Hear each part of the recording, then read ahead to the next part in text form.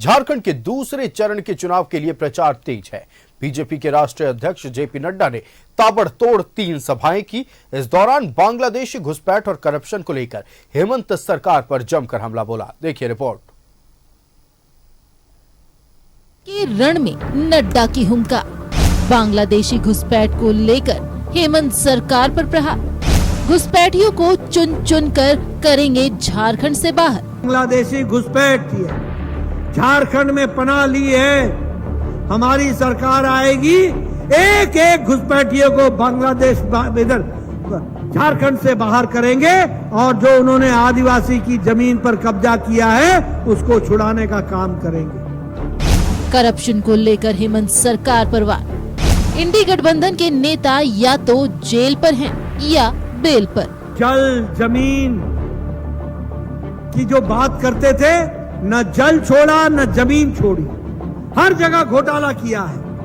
और मैं एक बात बता दूं, लालू यादव बेल पर है, हमारे हेमंत सोरेन बेल पर है, कांग्रेस के आलमगीर आलम जेल में है, धीरज साहू राज्यसभा के सदस्य बेल पर है, करोड़ों रुपए कमाए हैं। ये सारे इंडी अलायंस के गठबंधन के लोग या तो जेल में हैं या बेल पर हैं। झारखंड में दूसरे चरण के चुनाव को लेकर प्रचार तेज है। बीजेपी के राष्ट्रीय अध्यक्ष जेपी नड्डा की गोमिया, सिंदरी और नाला विधानसभा क्षेत्र में ताबड़तोड़ चुनावी सभा हुई।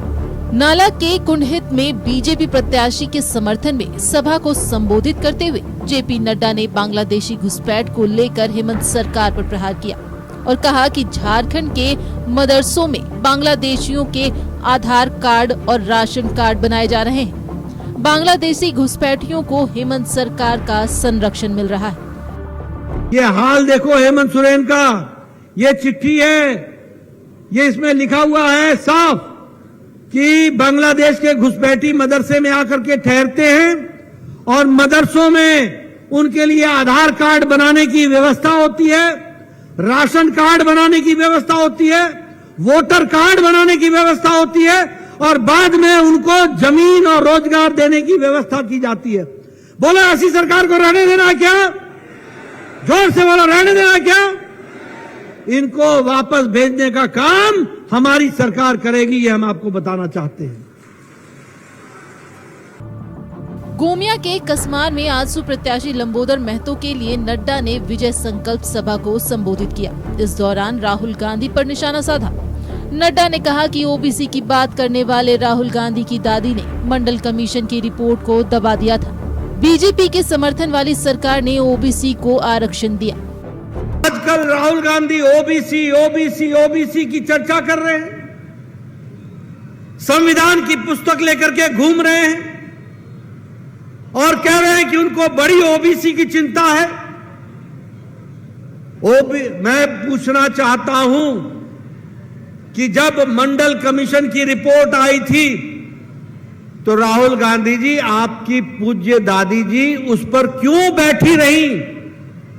क्यों उस पर एक्शन नहीं लिया गया और क्यों इंतजार किया गया कि जब केंद्र में वीपी सिंह की सरकार बनी, जिसको समर्थन भारतीय जनता पार्टी ने दिया था, जब हमारी सरकार का समर्थन मिला तब मंडल कमीशन लागू हुआ और ओबीसी को आरक्षण का दर्जा दिया गया।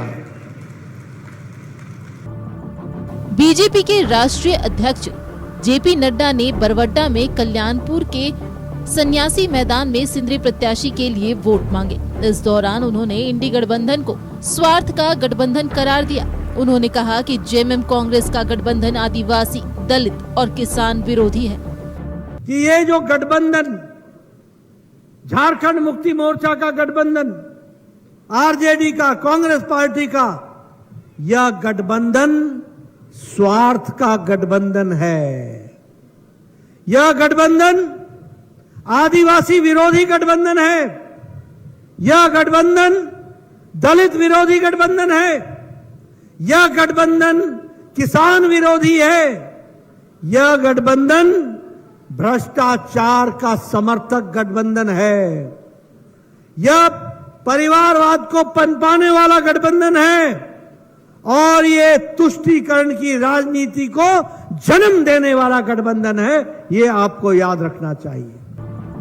दूसरे चरण के तहत झारखंड की 38 सीटों पर 20 नवंबर को मतदान होगा। लिहाजा सोमवार की शाम 5 बजे प्रचार का शोर थम जाएगा। ऐसे में सभी पार्टियों ने अपनी पूरी ताकत झोंक दी है। Bureau report, news 11 Bharat.